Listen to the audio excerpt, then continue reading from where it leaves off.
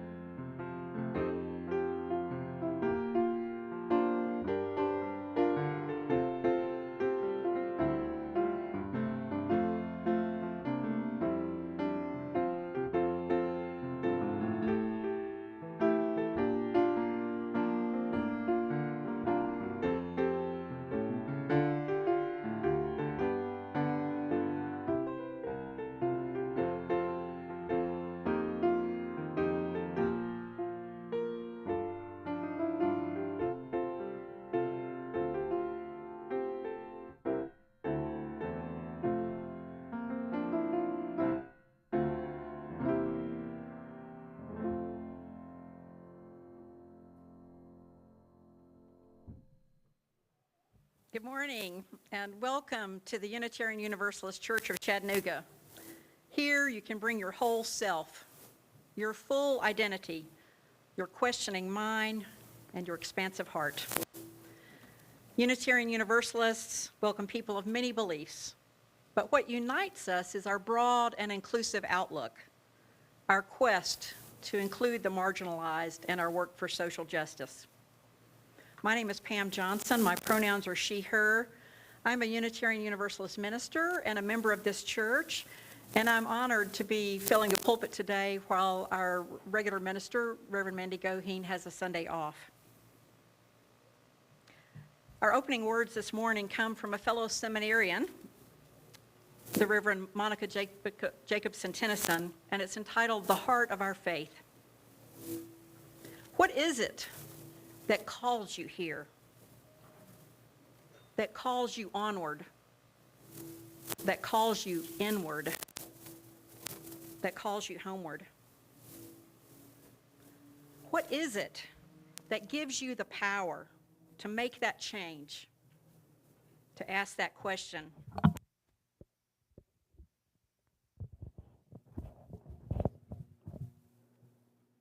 To take that journey? What is it that says you have done well, that asks you to learn more, that brings you to stillness, that holds you up in hard times? It's relationship. That is the beating heart of our faith. It begins when we share this hour, our truths, this air, our hearts. Come, let us worship together. As Caden Summers makes her way up to our chalice, I'd like to mention that the Buddha said, just as a candle cannot burn without fire, men cannot live without a spiritual life. Please join me with the words for our chalice lighting, which you'll find in your order of service. In the light of truth and the warmth of love, we gather to seek, to sustain, and to share. The words to our opening song come from the poem Prayer for This House by Louis Untermeyer. You'll find it number 1 in our hymnal, and it's entitled, "Let Nothing Evil Pass This Door." Please rise and body your spirit and join your voices.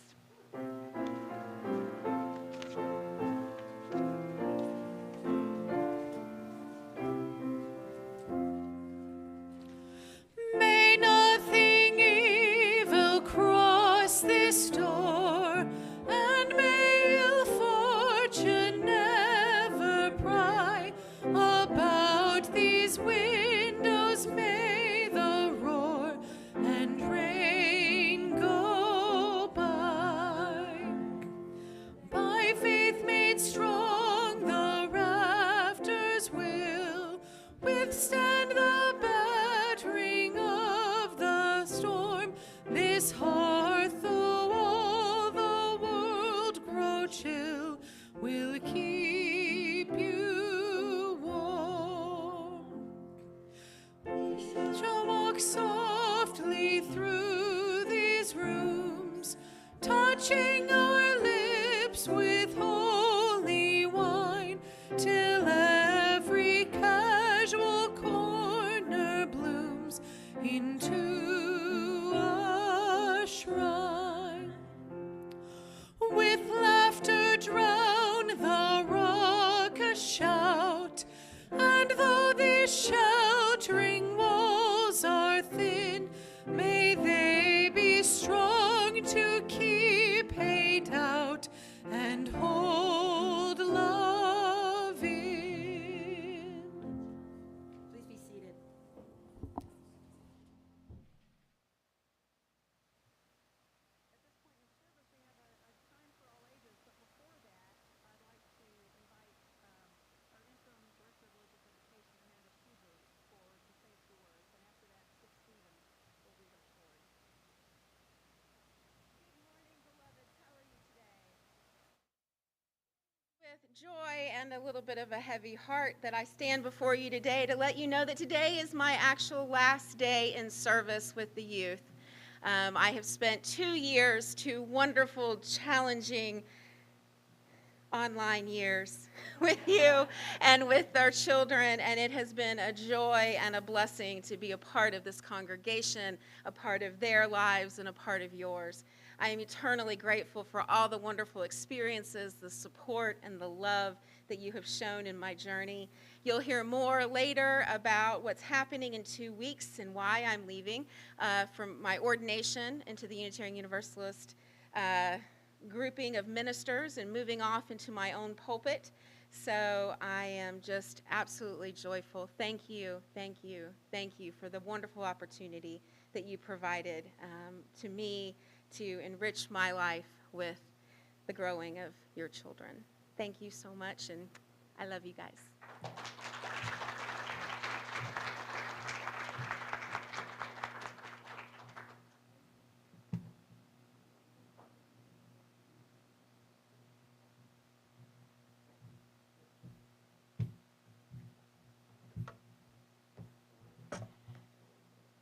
I don't know if you came to the talent show, but I sang, "Oh, it's great to not be young anymore.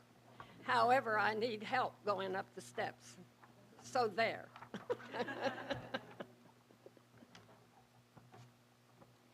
This is a story about Granddad's prayers of the earth. When I was little, my granddad was my best friend. Being with him always made the world seem right. Granddad and I liked to go for walks in the woods together. We didn't walk very far or very fast or very straight. While we walked, I would ask him questions about the things I wasn't sure of. One day, my granddad wanted to talk about prayers. Well, my granddad was silent, though. For a while, he didn't say anything until we came to the tallest trees in the forest. Then he began to tell me about prayers. "Did you know, boy," he whispered, "that trees pray?" I listened closely, but I couldn't hear him. "See how they reach the sky," he bent down to say. "They reach and reach for clouds and sun and moon and stars, and what else is reaching for heaven but a prayer?" I thought about the trees and kept listening for those prayers. And while I thought, I sat down on an old mossy rock. "Rocks pray too," said Granddad. "Pebbles and boulders and old weathered hills, they are still and silent, and those are 2 important ways to pray." I thought hard about the rocks, and I picked up a pebble and stuck it in my pocket, because I'm a little boy. We walked a little farther and came to a small stream. The water splashed and sparkled, and tiny fish hovered in the shadows. "Do streams pray too, Grandfather?" "Streams pray," he answered, "and lakes and rivers and waters of all kinds. Sometimes they pray silently. Like the rocks, they lie still and calm, reflecting clouds or birds or sunsets or a few evening stars. Sometimes they pray with movement, flowing across the face of the earth, giving themselves to the ocean, giving themselves up to the sky, and beginning their journey from the clouds all over again." "These are all ways to pray," said Granddad. "But there are more. The wind prays as it whispers and moans and sighs. It is saying a prayer and singing a hymn, all at the same time. A bird prays when it sings the first song of the morning, and it prays in that silent moment just before he sings. And the robin's last song at sundown is an evening prayer. Each living thing gives its life to the beauty of all life, and the gift is its prayer. Then we were quiet, my granddad and I. He was watching something far away. And I was thinking about all the things he had just said, about rocks and trees and grass and birds and flowers. Finally, I asked him to tell me about the prayers of people. Granddad smiled, ruffled my hair. People pray some of the most wonderful prayers of all, he said. Bending down to smell a flower can be a prayer. Quietly watching the sunrise, feeling the slow turning of the earth, and saying hello to a new day is one of the oldest prayers. Standing in a snowy woods on a windy day and watching your breath become part of the breath of the world is a way to pray. Making music or painting a picture can be a prayer. Holding hands around the table with family and friends, remembering all that holds us together and giving thanks is one of the greatest prayers. Sometimes, said Granddad, people pray when they are sad or sick or lonely or have a problem too big to carry by themselves. They may say words that have learned from their fathers or mothers or granddads or great-grandmothers, like me. But often they must find their own words. The important thing to remember is that words will always be right if they are real, true, and come from the heart. We had walked far enough, said Granddad, and it was time to go back. But I had one last question. Oh, are our prayers answered, Granddad? I asked.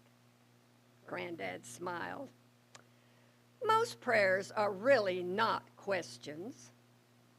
And if we listen very closely, a prayer is often its own answer. Like the trees and the wind and the waters, we pray because we are here, not to change the world, but to change ourselves. Because it is when we change ourselves that the world is changed. My granddad and I went for many walks that time, and I often listened to the prayers of the earth. Was never sure I heard them. Then one day, my granddad was gone. And no matter how hard I prayed, he didn't come back. He couldn't come back. I prayed and prayed and prayed until I couldn't pray anymore. And so I didn't for a long time. And the world seemed dark and lonely without my granddad in it.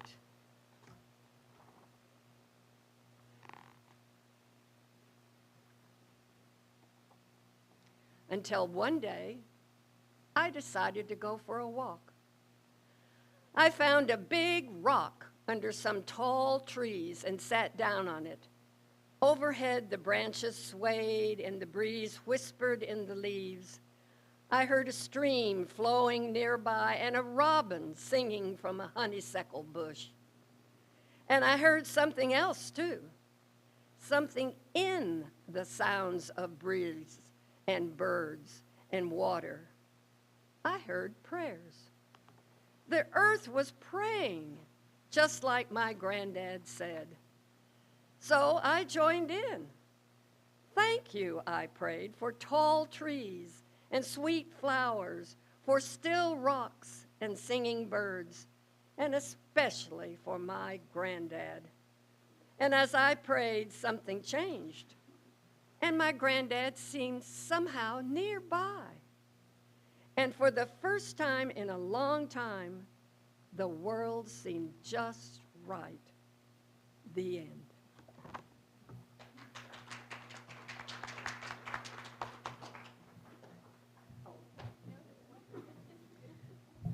Thank you, Skip, for that beautiful telling of the story. At this time, we will sing our children off to their classrooms. You'll find the orders for the children's recessional in your order service.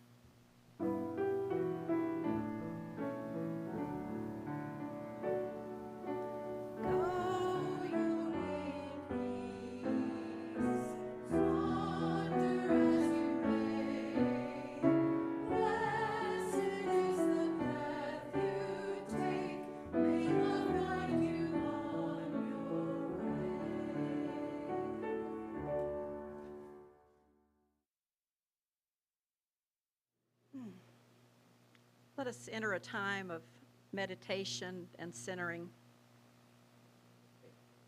You may want to get into a comfortable posture, ground yourself by putting your feet on the floor. Put your hands in a comfortable position, perhaps resting in your lap. You might choose to close your eyes or leave them open with a soft gaze.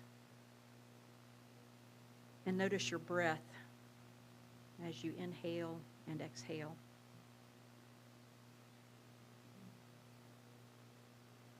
After I share these words from Jacob Trapp, we'll spend a full minute in silence. Let this house be quiet. Let our minds be quiet. Let the quietness of the hills, the quietness of the deep waters be also in us. So quiet that the noise of passing events and present anxieties, of random recollections and wandering thoughts is stilled. So quiet that the marvelous stillness is like music.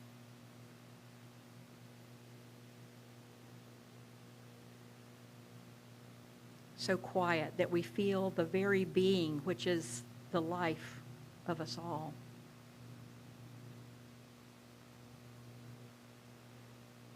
So quiet that we are renewed. We feel at one with all others, at home in a tabernacle of stillness. So quiet that we sense the ripples of this pool of quietness and healing pass through us and out to the farthest star. Let us rest in the quiet for a moment.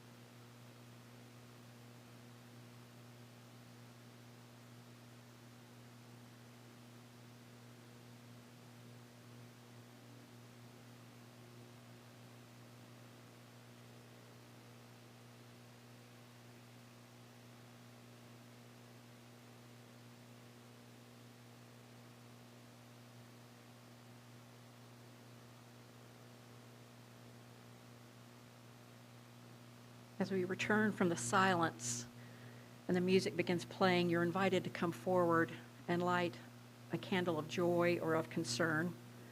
If you prefer, you may raise your hand, and Kate and Summers will light a candle for you. or you may sit silently in your seat and let the music wash over you.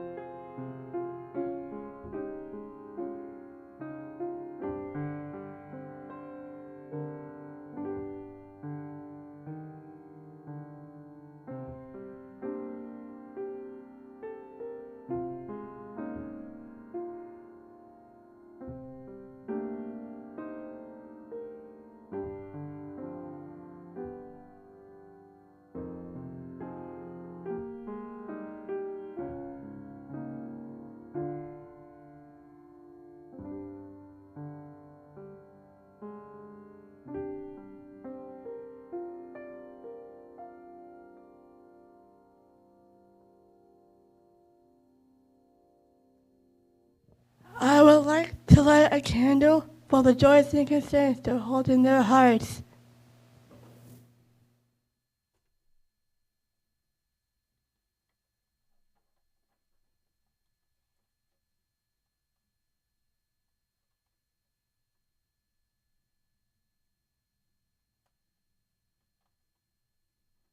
Another candle for those that are joining us virtually this morning. And there was a concern that was left with us about someone who's struggling with relationships. We light a candle for them as well.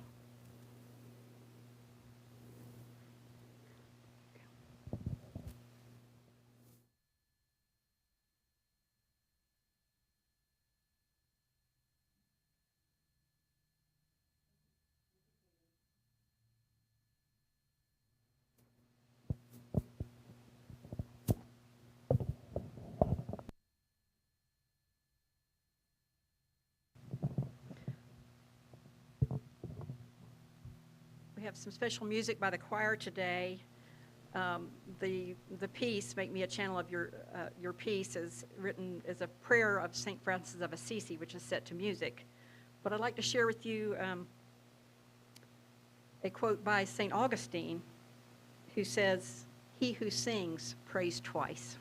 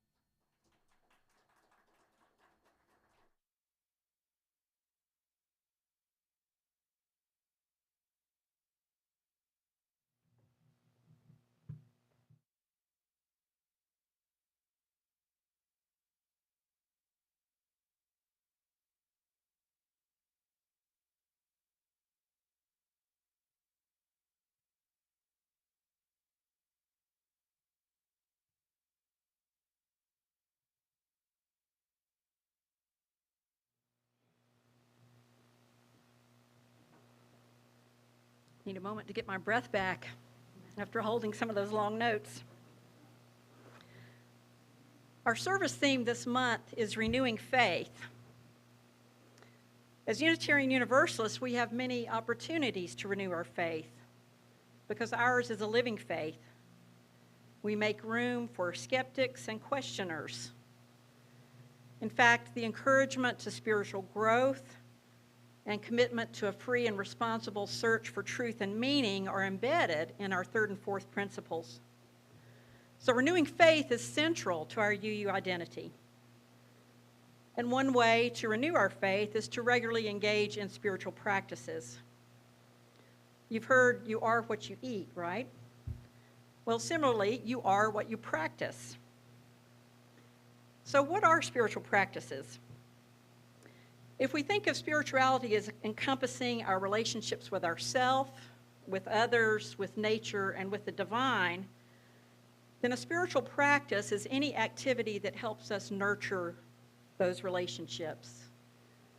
You're here on a Sunday morning. Gathering in worship is a spiritual practice. You may have dropped something in the offering plate, or you may have a pledge that you give. That is a spiritual practice, giving to charities and to churches. Participating in social justice is a spiritual practice. Recycling is a spiritual practice. But today, we're going to explore prayer as a spiritual practice. And I hope you'll have some insights that you'll leave with that you hadn't had before.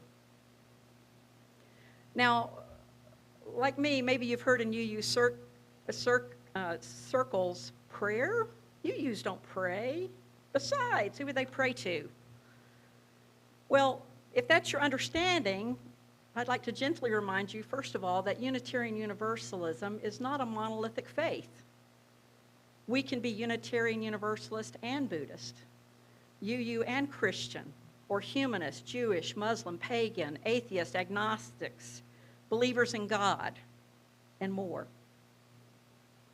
Some Unitarian Universalists do indeed pray, although I'm sure that most of them would reject the idea of praying to a Santa Claus God to bend the laws of nature to give us what we want.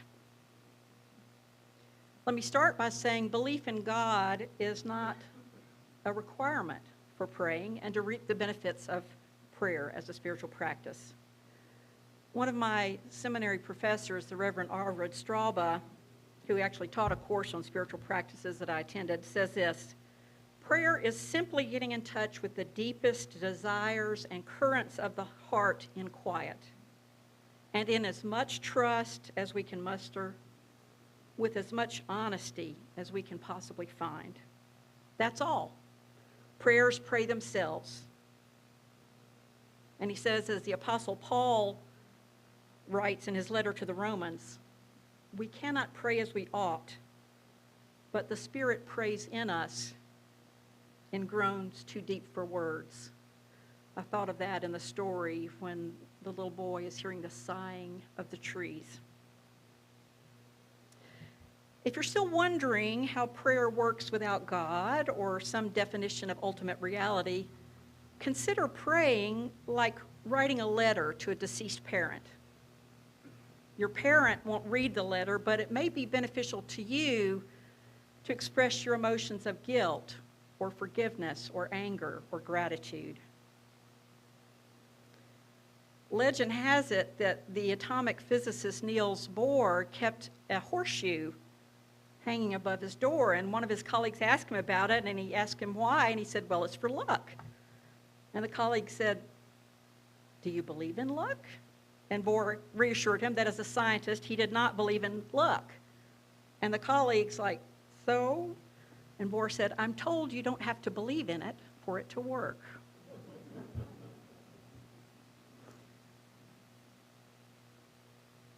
I heard, I guess when I was in college, perhaps, the movie Shadowlands came out, which was about the life of C.S. Lewis, who was a Christian, and he spoke some words that I thought were his words, and it turns out they're actually from that of a Danish philosopher and theologian Søren Kierkegaard.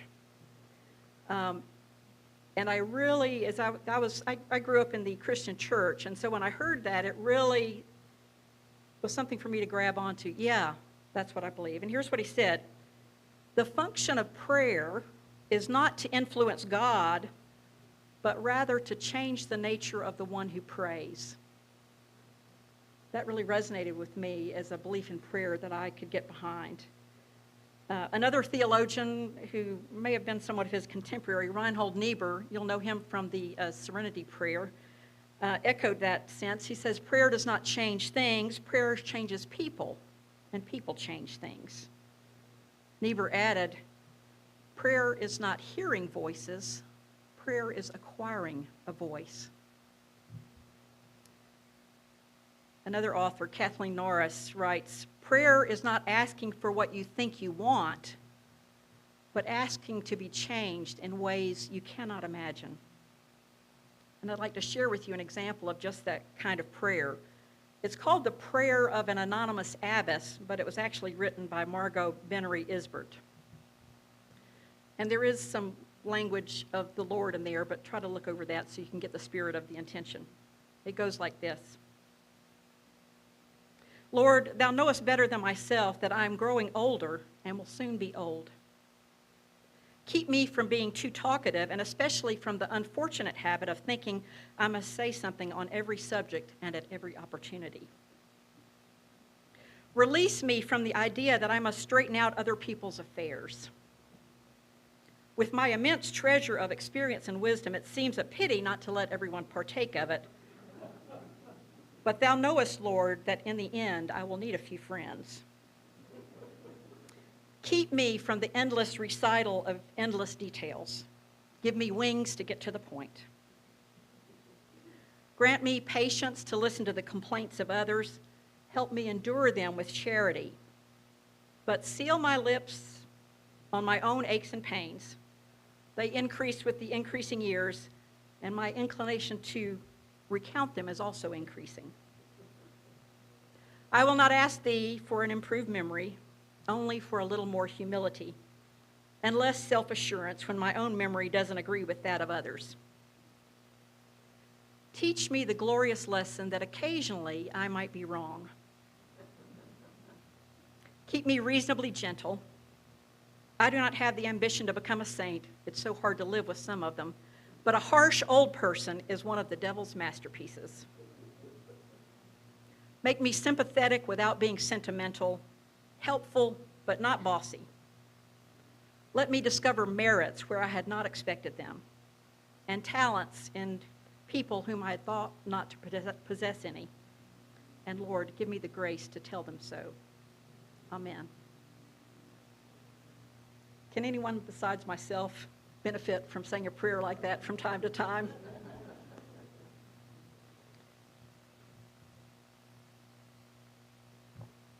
Another idea about prayer uses the term resonance.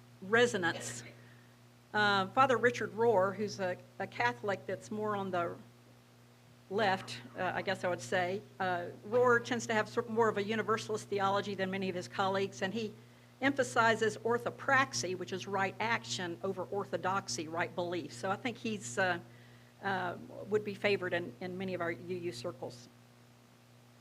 He says, imagine prayer like setting out a tuning fork. All you can really do in the spiritual life is to get tuned to receive the always present message. Once you're attuned, you will receive. And it has nothing to do with the worthiness or the group you belong to, but only inner resonance and a capacity for mutuality.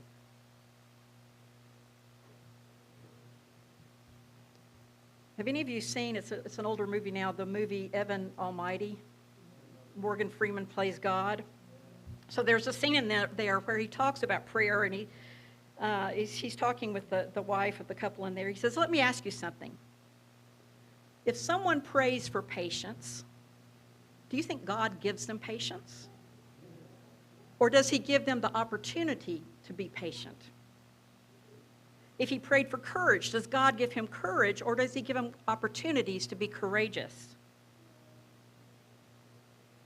If you pray for your family to be closer, do you think God zaps them with warm, fuzzy feelings, or does he give them opportunities to love one another? And from the Jewish tradition, a Jewish prayer book says this: prayer is a process of self-evaluation, a process of removing oneself from the tumult of life into a little corner of truth and refastening the bonds that tie one to the purpose of life. So the first take-home message I have for you is that prayer doesn't change God or the universe or whatever, but prayer changes you. Whether that is helping you get in touch with the deepest desires of your heart, or for you to set an intention of how you want to be changed or to behave like our anonymous abbess. It may change you so that you are tuning in to other people or to opportunities that present themselves, or to remind you of your values and your purpose in life. But first, we must pay attention. Poets, philosophers, and prophets and saints all agree that paying attention is essential to prayer. W.H. Auden wrote that to pray is to pay attention to something or someone other than oneself. Whenever a man, all of us, concentrates his attention that he so completely forgets his own ego and desires, he is praying. I know there are many lovers of Mary Oliver's poetry in this congregation. I think a lot of you resonate with some of her work. Her poem, Praying, says, it doesn't have to be the blue iris. It could be weeds in a vacant lot, or just a few stones. Just pay attention. Then patch a few words together and don't try to make them elaborate. It isn't a contest, but the doorway into thanks and a silence into which another voice may speak. So that time of silence and attentiveness. I'll add this from her poem, A Summer Day. She admits, I don't know exactly what a prayer is.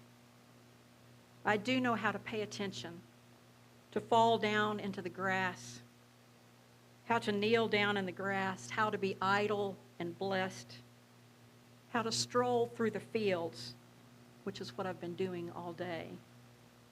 So however you pay attention, whether that is sitting quietly in your chair, whether that is sitting Zen, whether it is taking a meditative walk, all of those are ways of paying attention.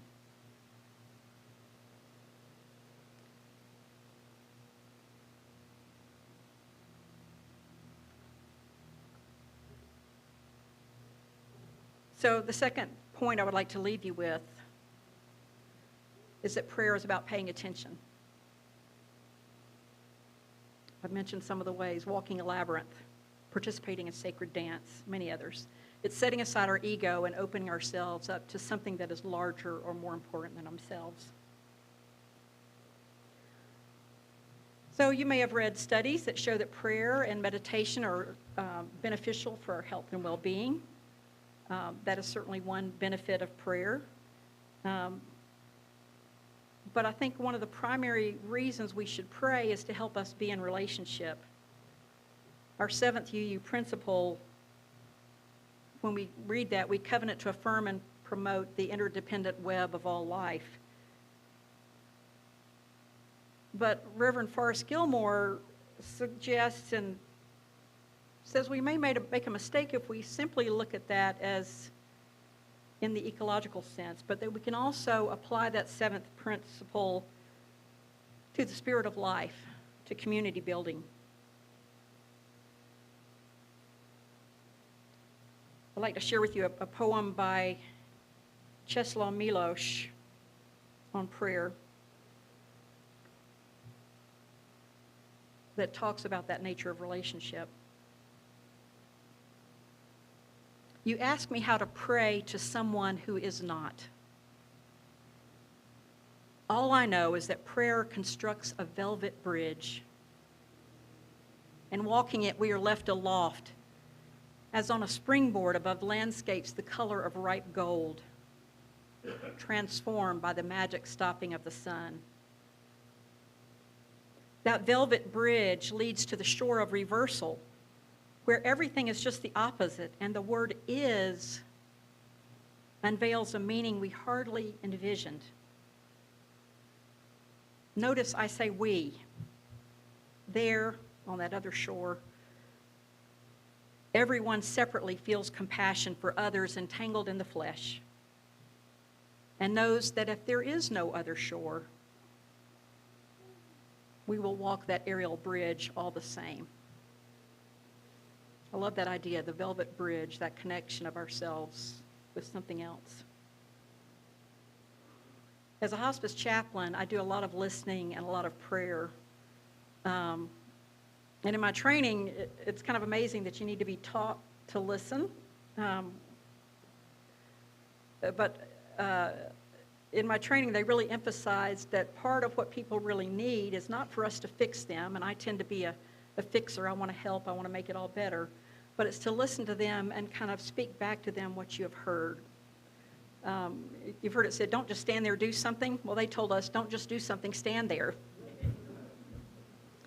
And another thing one of my instructors said to me that I'll always remember is that listening is so much like love that most people can't tell the difference. So part of that engagement with another is to truly listen. And when I'm with families, even families with another faith,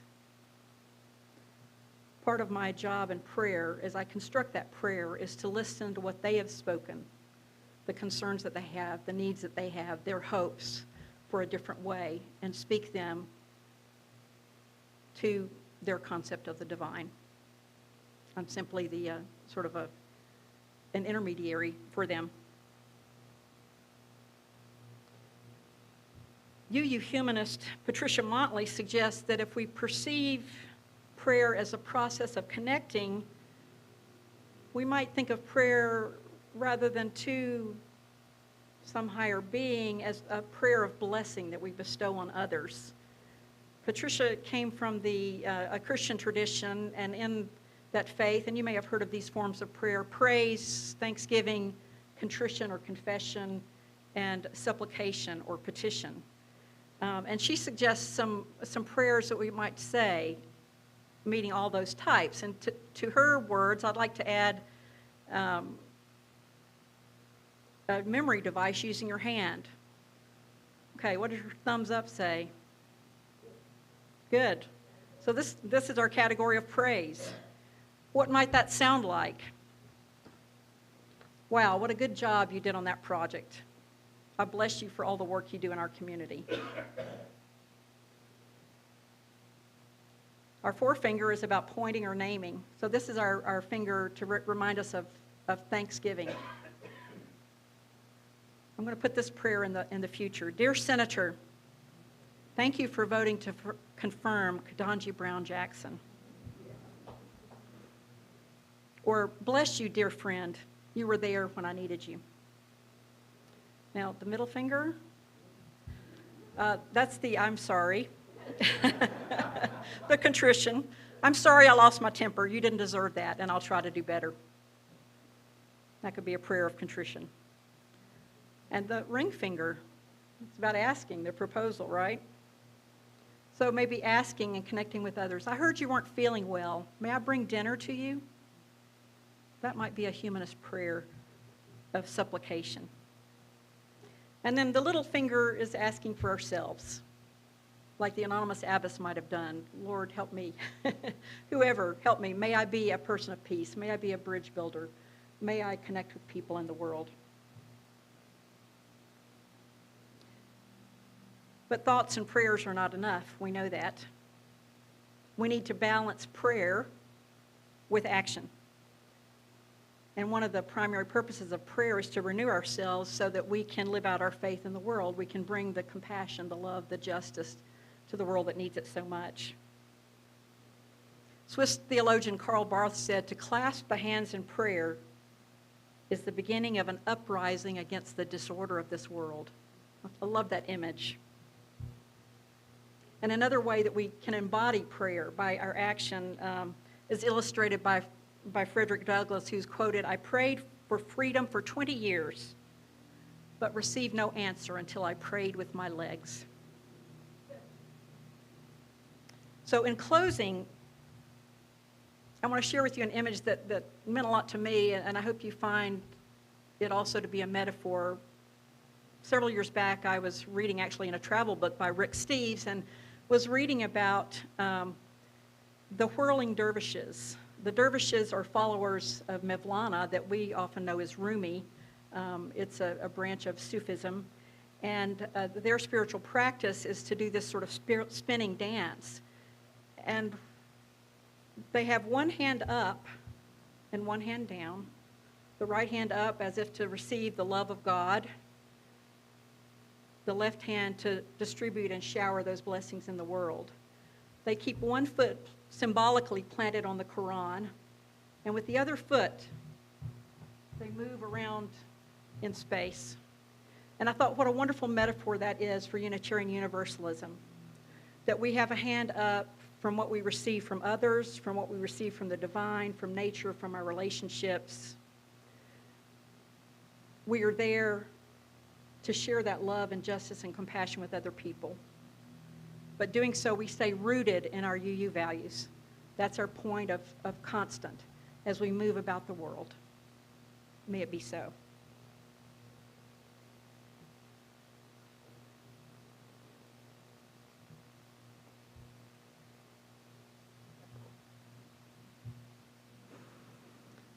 The purpose of church is to encourage all who gather there to grow more generous in spirit and in action, which is the great end of all religions, to bring humans closer to the divine by acts of creation and compassion.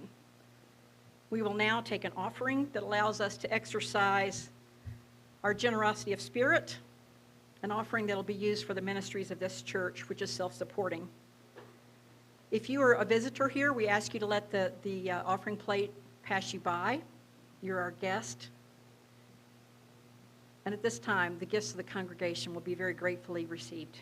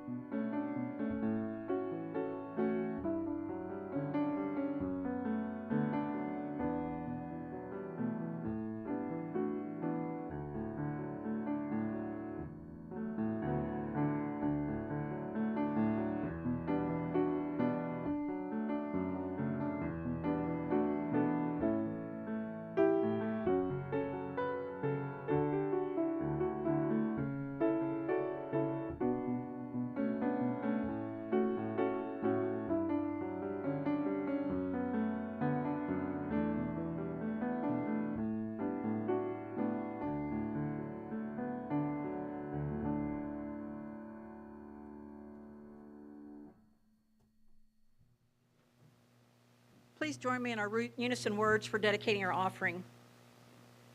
We give these gifts freely, committed to our mission to care, create beloved community, awaken hearts and minds, resist injustice and act with compassion, embrace life and care for the earth.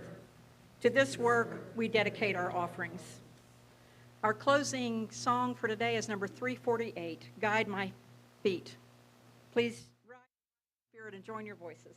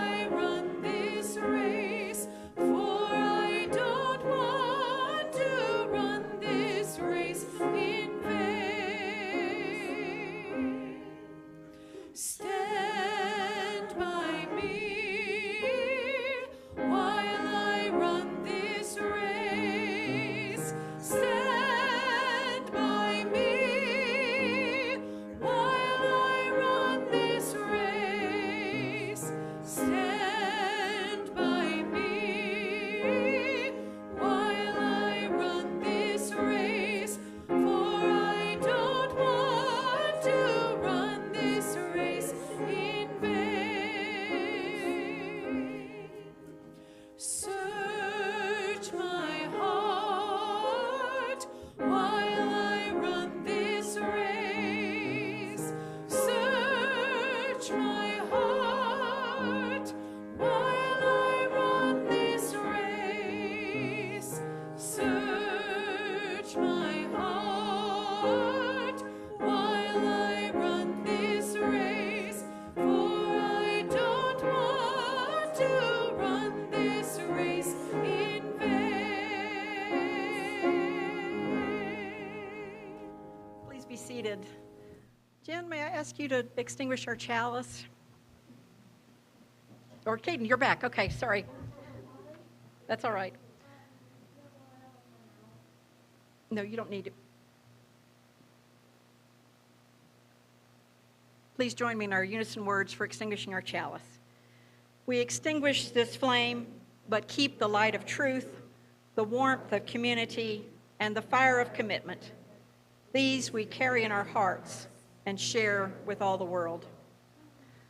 I realized as we went through that, I didn't clue the rest of you in that I had moved the song Spirit of Life to the end of the service. Jennifer knew, but sorry about that. I forgot to make a note to let you know. So the so what is this portion of the service. And I wanted to swing back to this idea of renewing faith by telling you the story behind Spirit of Life, which is one of the most well-loved songs in UU congregations. It was written by Carolyn McDade, who was a social activist lifelong, and she spent quite a bit of time being an activist with Central America. She actually went to Nicaragua. This is at the time when the U.S. was supplying guns and so forth. And one night after she'd gone to a meeting about Central America, she came to a friend's house and she told her, "I feel like a piece of dried cardboard that has lain in the attic for years. Just open the door wide and I'll turn to dust." So you just really felt a sense of overwhelm and fatigue. And her friend just sat and listened with her, and Carolyn then drove to her home. And she said, "I walked through my house in the dark. I found my piano. And what came out, the Spirit of Life, was my prayer. May I not drop out. It wasn't written, but it was prayed. May I not drop out. I knew more than anything that I wanted to continue in faith with the movement." And so as you listen to the words of Spirit of Life as we sing it in a few moments, I invite you to listen to the words, which is written as someone who desperately needed renewal, and to think about how you might renew yourself. So sing with me number 123, Spirit of Life. Many of you know it by heart.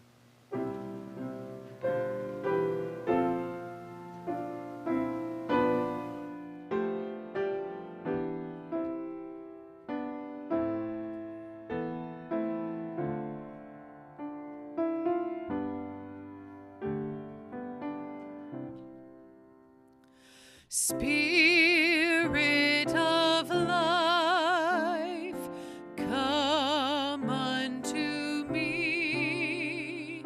Sing in my heart all the stirrings of compassion. Blow in the wind, rise in the sea, move in the hand, giving life the shape of justice.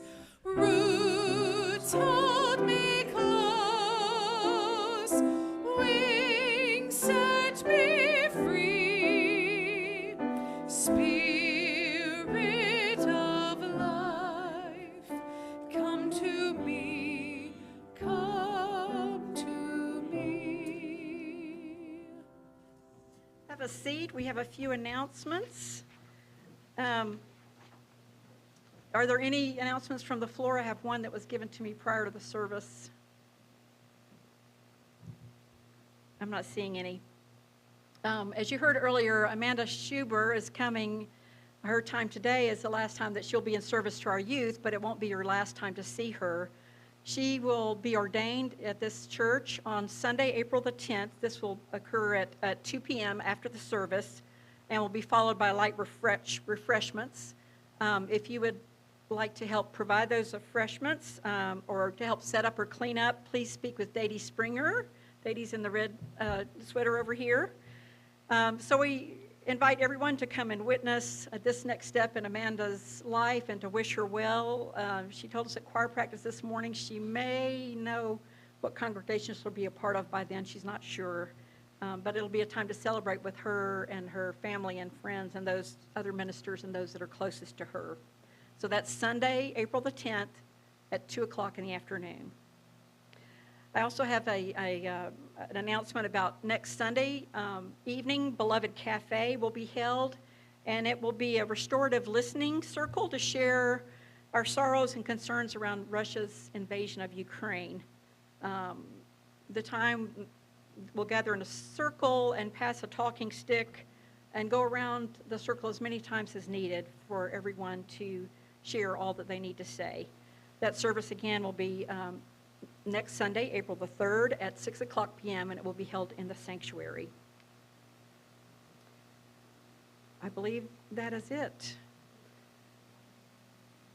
I invite you to listen to these words from W.E.B. Du Bois.